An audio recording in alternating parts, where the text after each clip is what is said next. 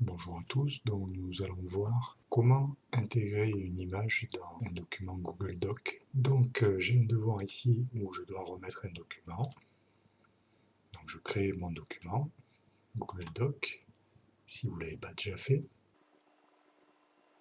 J'ouvre mon document et je souhaite ici intégrer une capture d'écran, par exemple d'un autre document. Ici nous allons utiliser la norme IPC. Voilà, et là je souhaiterais en fait incorporer cette image ici, la numéro 1, dans mon document. Première solution, j'appuie sur la touche Imprime écran. Je retourne dans mon document et je fais un coller ou CTRL-V.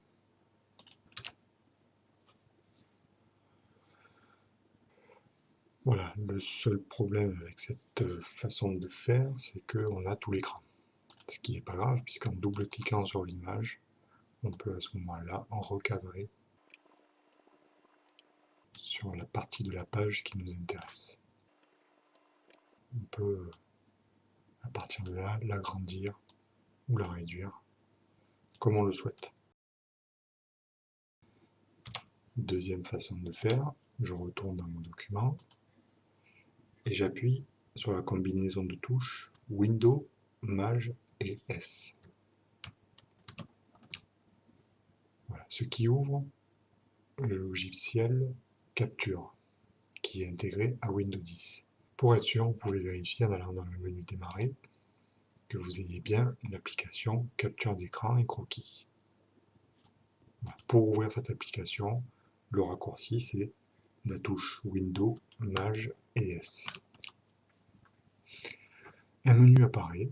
Vous pouvez soit faire une capture de zone sous forme de rectangle, soit une capture de zone sous forme libre, soit une capture de fenêtre, soit une capture plein écran. Alors la capture plein écran revient à appuyer sur Imprime écran, la touche Imprime écran. Pour l'instant, nous allons voir la capture rectangulaire. Donc je trace un rectangle autour de l'image que je souhaite capturer. Voilà, il a copié dans le presse-papier. Et on peut maintenant, en retournant dans notre document Google Doc, le coller. Donc nous avons vu la méthode avec la touche Imprime écran. Nous avons vu la méthode avec la combinaison de touches Windows, Maj et S. Et nous allons voir une troisième méthode qui est valable sous toutes les versions de Windows. À ce moment-là, nous allons utiliser un logiciel qui s'appelle PicPic. Vous retrouverez le lien, voilà, c'est picpic.app.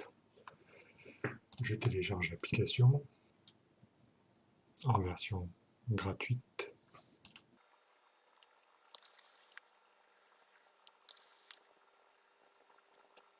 Une fois que l'application est téléchargée, je peux l'installer.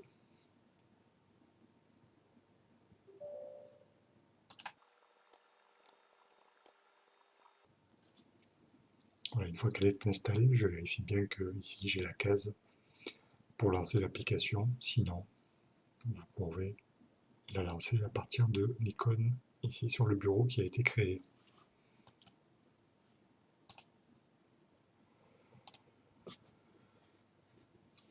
Donc une fois que vous avez lancé l'application, vous vous retrouvez avec cette fenêtre où on voit toutes les possibilités qui sont permises pour faire des captures.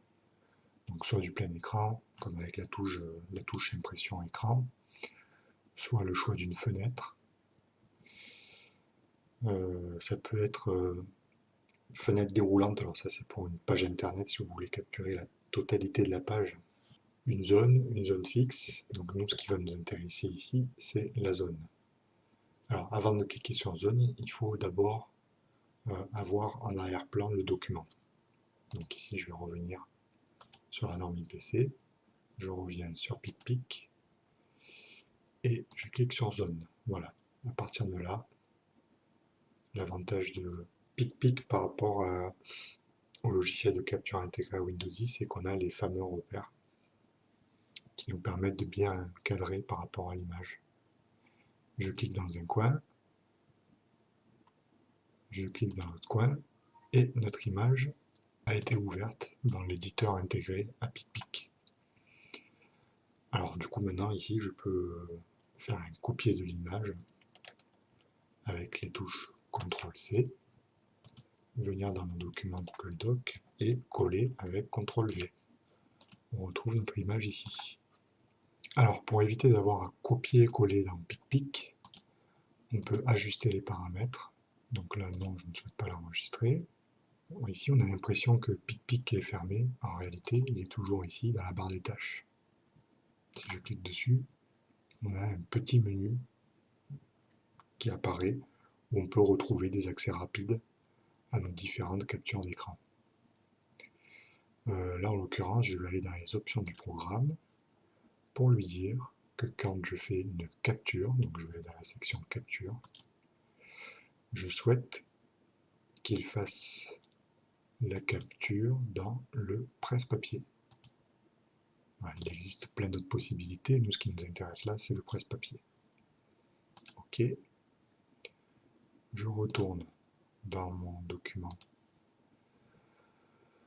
un ordi PC, je vais dans ma barre de tâches, j'ouvre le sous-menu, capture d'écran, et je lui dis que je veux capturer une zone, et cette fois-ci on va capturer le dessin numéro 2, je clique, je relâche, je clique sur la deuxième extrémité, et cette fois-ci il ne m'ouvre rien parce qu'il a copié l'image dans le presse-papier. À ce moment-là, je retourne dans mon document, je fais un coller avec les touches CTRL-V, j'ai mon image. Donc pour résumer, nous avons vu une capture d'écran avec la touche imprime écran. Alors l'avantage c'est qu'il y a besoin de rien installer. L'inconvénient c'est qu'il va falloir redimensionner sur la zone que l'on souhaite garder. Nous avons vu la capture d'écran avec les touches Windows, Maj et S. Là pour le coup beaucoup plus pratique puisqu'on peut vraiment capturer qu'une zone. L'inconvénient c'est que c'est exclusivement avec Windows 10. Si vous n'êtes pas sous Windows 10, ça ne fonctionnera pas. Dans le cas où vous n'êtes pas sous Windows 10, vous pouvez quand même utiliser la première solution qui est la touche imprime écran. Et puis sinon, on a vu que l'on pouvait utiliser un logiciel gratuit qui s'appelle PicPic à télécharger et à installer. Soit on utilise l'éditeur intégré de PicPic, ce qui peut être pas mal, hein, puisque ça peut permettre de faire des petites retouches avant sur l'image. Soit en allant dans les paramètres et en configurant le type de sortie sur presse-papier, à ce moment-là, la zone qu'on a capturée est directement capturée dans le presse-papier. Il ne vous reste plus qu'à appuyer sur les touches CTRL-V pour coller l'image.